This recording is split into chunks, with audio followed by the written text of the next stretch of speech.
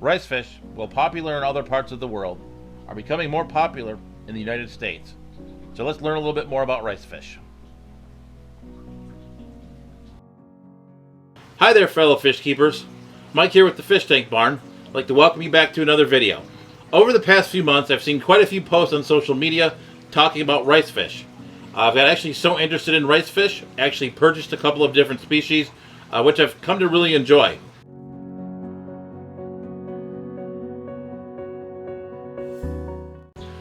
So today, I'm going to go ahead and share some information with you about rice fish so you can maybe get some of your own. So let's go ahead and get started. So let's go ahead and start with a basic overview on rice fish.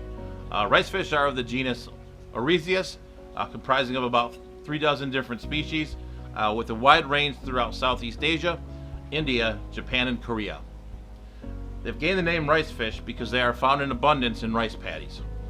Along with the zebra danielle, rice fish have been one of the most studied fish for scientific purposes, even going into space.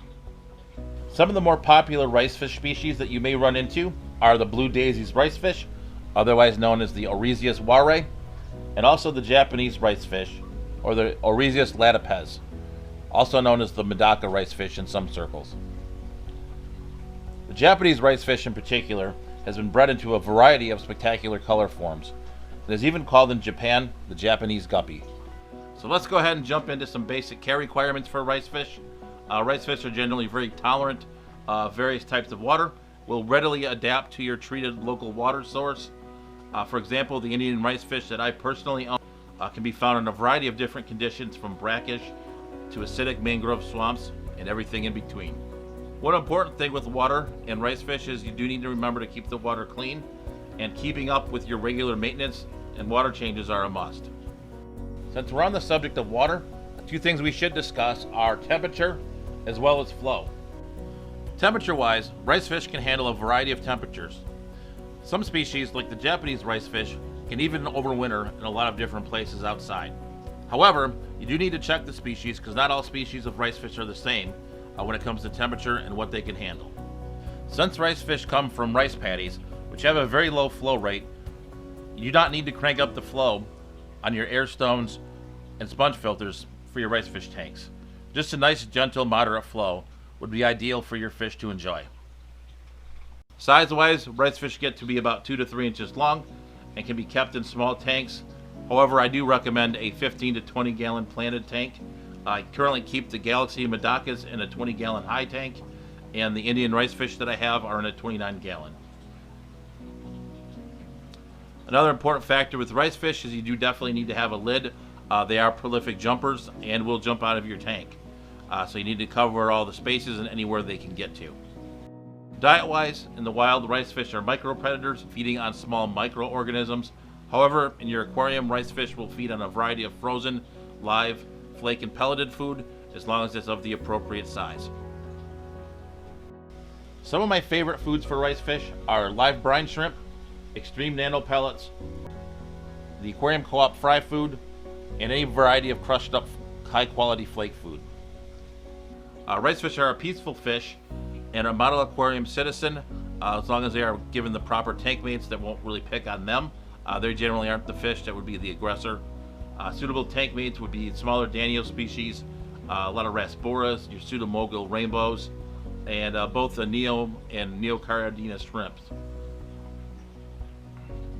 However, due to risk of hybridization, I would not keep rice fish of different species together, just because you don't want to have a mixed hybrid. You want to keep your lines pure.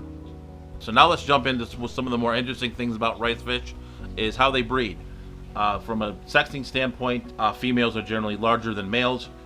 Males are generally a bit more colorful. This is species dependent. Some are more colorful than others. Many of the species, males have an extension on their anal fin, which in some species is actually quite spectacular. Females generally have a much fuller body, while the females are more slender. Rice fish are prolific spawners, spawning every few days when they're in good condition. The spawning happens generally in the morning, the fertilized eggs being deposited amongst the vegetation or other suitable media. A lot of breeders like to use spawning mops. I'll go ahead and put a link up here to my video about making a DIY spawning mop. Pretty easy to make, pretty inexpensive, and pretty versatile. One of the cool things about rice fish breeding behavior is that the female will carry the fertilized eggs around for a period of time before depositing them on the spawning mop. So you can see exactly when your fish have spawned by looking at the females. Hatching time is dependent on temperature and generally takes about 1 to 3 weeks. The fish generally ignore the eggs but will eat the free swimming fry, so it is better to remove the mop and hatch the fry on the outside. I'm currently trying a little bit of colony raising with the rice fish that I have in my 29-gallon Indian rice fish tank, but we'll see how that goes. Once the fry have become free swimming, they will readily accept baby brine shrimp, microrooms, and many of the commercially available fry foods. If you are looking to raise brine shrimp, check out the Ziss Artemia blender, which you can find at the Aquarium Co-op. I'll go ahead and put a link in the description. Well there, fellow fish keepers, I definitely do hope you enjoyed learning a little bit more about rice fish.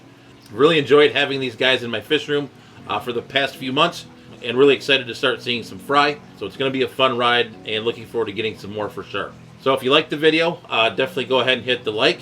I definitely would appreciate it. If this is our first time meeting, go ahead and check out some of the videos that come at the end. If you like what you see, go ahead and hit that subscription button, ding the notification bell so you don't miss any further updates here in the fish tank barn. So that being said, stay safe out there, stay fishy. I'll catch you guys on the next video.